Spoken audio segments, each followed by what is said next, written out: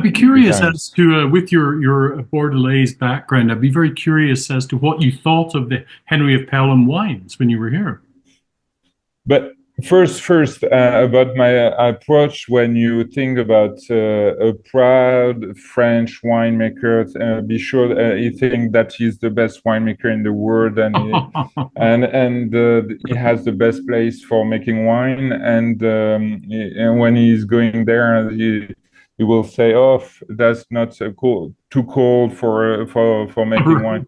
Yeah. But finally, when you're right there, I was there in different season. I was surprised, really surprised, but I mean the quality of the vineyard first as a and impressed by the facilities for making wine, that all the process they have, and it's really professional. And sometimes I think we should learn from them than more that we should teach them about anything, but yeah, no, it was really impressive for me, Super. and surprising me in Super. good way. How long ago was that you came over, Damien? Whew, I did some visits in a long time ago in the place. I was not with we were not working together with Daniel at that time, but it's about 20 years ago.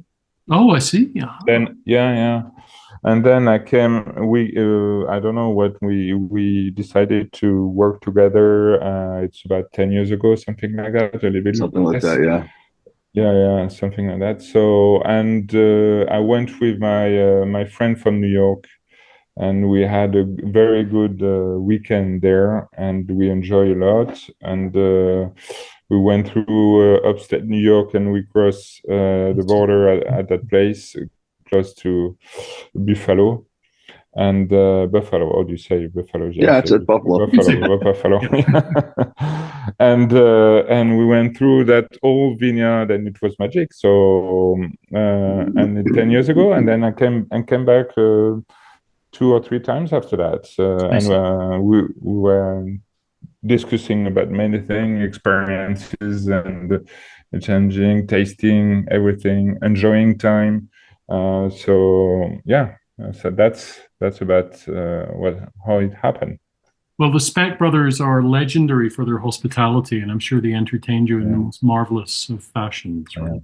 So let's talk about these wines. I have 3 of them in front of me. We have the Cabernet Mystère, the Sauvignon Blanc, which is not entirely Sauvignon Blanc. It's 85% Sauvignon Blanc, this one. So you have a tiny of Semillon in this one, and a little bit of Muscadel, and a tiny bit of Muscadel. Okay. Yeah, but it's really mainly Sauvignon. And it's all stainless, so it's not oak age at all in this wine, and it's becoming to be our major production here. Oh, really interesting. Yeah. I mean, for Bordeaux it's unusual, but we really keep the best land for, I mean, on the top when it's warmer. For the red grapes, and for the rest, where we sometimes we have to avoid frost in April, but when we succeed, we have very good grapes at the end, especially for the white wine and the Sauvignon on the limestone, which is superb.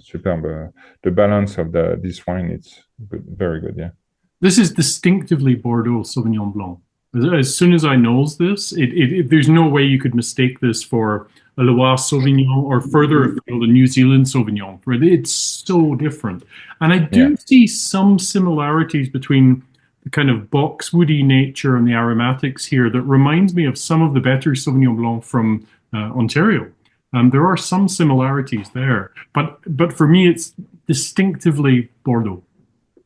Yeah. On the white grapes, it's our major grapes for us, but I mean, white wine is only about 15% in Bordeaux production, but the majority now it's Sauvignon. it's a very good place. You have good place, of course, like in Sancerre or in New Zealand, good places. But as you say, with very typical characters, and it makes something unique as well for the Sauvignon in Bordeaux. And it's something aromatic, but not too much. It's I call that between minerality and flavor, like between New Zealand and Sancerre. So it's really to make it a little bit more simple. That's that you have the flavor, but you still have the acidity and the minerality from the Sauvignon. That's one, yeah. And we have very good success in North America with this wine. Okay. This is our major market, yeah. Oh, interesting. There's some really nice structure here, and I think that little bit of Semillon brings some nice texture on the mid palate as well. Yeah, which is important, yeah. And that kind of distinguishes it from many Sauvignon Blanc out there, because that mid palate it's got a nice little bit of weight on there. It's quite lovely. Where do you? I mean, traditionally in Bordeaux, where would you see this at the dinner table? With what kind of dishes would you see it? First for the aperitif, mainly. Sure. Mainly, and then we love that with oysters, because we are very close to the sea, as you know. And so regularly we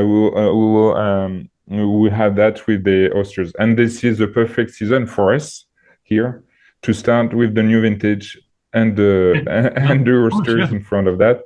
But of course with seafood. But to be honest, I like it not too much dishes or light ones. Okay. We are making some others white wine with aging oak, some different process, which is more for a meal.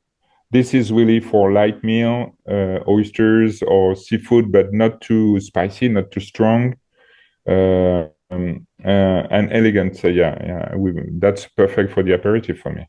I hear you on that. Daniel, anything to add to that with regards to how you would enjoy this? I mean, for me, wine is always the cocktail of choice, right? And so I do like it at the beginning of the meal. I mean, but even with things like sort of softer cheeses, maybe some of the goat's milk cheeses, things like that. Those are favorite pairings for me with a wine like this. And I do echo your sentiment a bit about about where this would fit relative to an Niagara Sauvignon Blanc. In some respects, we often think of ourselves as we produce an aromatic white when we make Sauvignon Blanc, obviously, but it has that roundness and softness to it. It often does get that comparison with Bordeaux white, which I take as a compliment. I think it's something a little different, a different face of Sauvignon Blanc, and not Sauvignon Blanc doesn't have to be this one trick pony, which it sometimes gets characterized as. So again, it was just kind of another natural, obvious thing for us to do to produce a wine, like this, because it's kind of what we do already. Makes sense. Let's move on to let's go on to the Merlot next.